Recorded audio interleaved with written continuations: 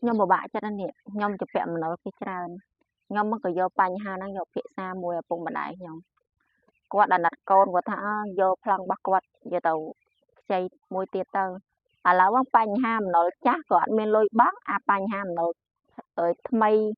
băng mà đại nhom ai mà nó còn mình lôi băng à là bánh ha cô lừa bánh ha đặng đó sai thử mày បាទតើបងប្អូនប្រមាណអ្នកដែលយកប្លង់ដីបោះឪពុកម្ដាយយកទៅបញ្ចាំដើម្បីយកបំណុលថែមឥឡូវហ្នឹងត្រូវការជាប់គាំងដោយអត់មានលុយបង់ទៅ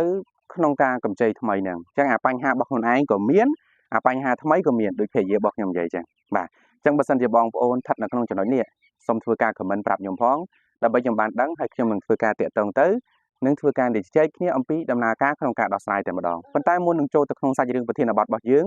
ខ្ញុំសូមការអនុញ្ញាតនិយាយអំពីប្រវត្តិរូបរបស់ខ្ញុំខ្លះៗសម្រាប់អ្នកដែលបងប្អូនដែលមិនទាន់ធ្លាប់ស្គាល់ខ្ញុំបាទឈ្មោះមានសវុតភរិយារបស់ខ្ញុំឈ្មោះឈើស្រីផាពួកយើងធ្លាប់ជាប់បំណុល $40000 នៅក្នុងឆ្នាំ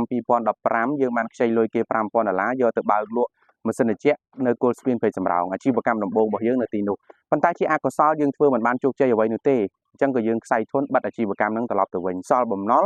យើងប្រឹងប្រែងរហូតដល់ឆ្នាំ2019ទៅធ្វើអាជីវកម្មផ្សេងៗចុងក្រោយសល់បំណុលកាន់តែច្រើនជាប់គាំងកាន់តែច្រើនដល់ឆ្នាំ2019នោះគឺគាំងខ្លាំងមែនទែនដល់ថ្នាក់រត់ចោលស្រុកបាទអញ្ចឹងយើងក៏បានសម្រេចចិត្តរត់ចោលស្រុកទៅធ្វើជាពលករនៅក្នុងប្រទេសថៃអញ្ចឹងយើងធ្លាប់បានទៅ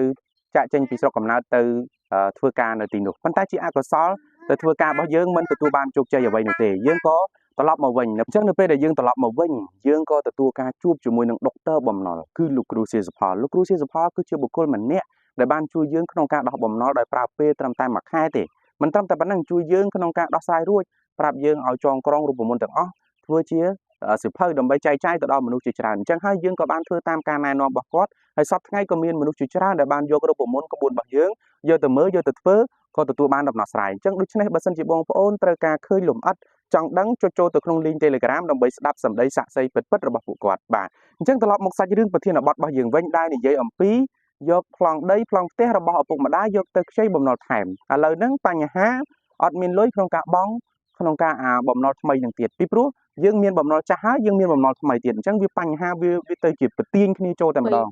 ពីរបញ្ហាអញ្ចឹងនេះជាជំងឺមហារីកមួយដែលខ្ញុំធ្លាប់បាននិយាយថាកាលណាយើងជពាក់បំណុលគេយើងជាប់គាំងយើងមិនអាចទៅខ្ចីបំណុលអ្នកក្រៅយកមកសងអ្នកមុនទេកាលណាបង្កើតបំណុលថ្មីបែបហ្នឹងវានឹងចម្លងពីរឿងមួយទៅរឿងមួយដូចជាក់ស្ដែងខ្ញុំធ្លាប់បាននិយាយក្នុងវីដេអូជាច្រើនអញ្ចឹងថានៅពេលដែលចំណូលយើងតិចចំណាយរបស់យើងច្រើនគឺយើងនឹងមានបន្ទុកក្នុងការខ្ចីគេនៅពេលដែលយើងខ្ចីគេ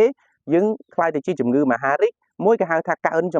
ចំណាយនៅពេលដែលអញ្ចឹងគឺមានបន្ទុកក្នុងការ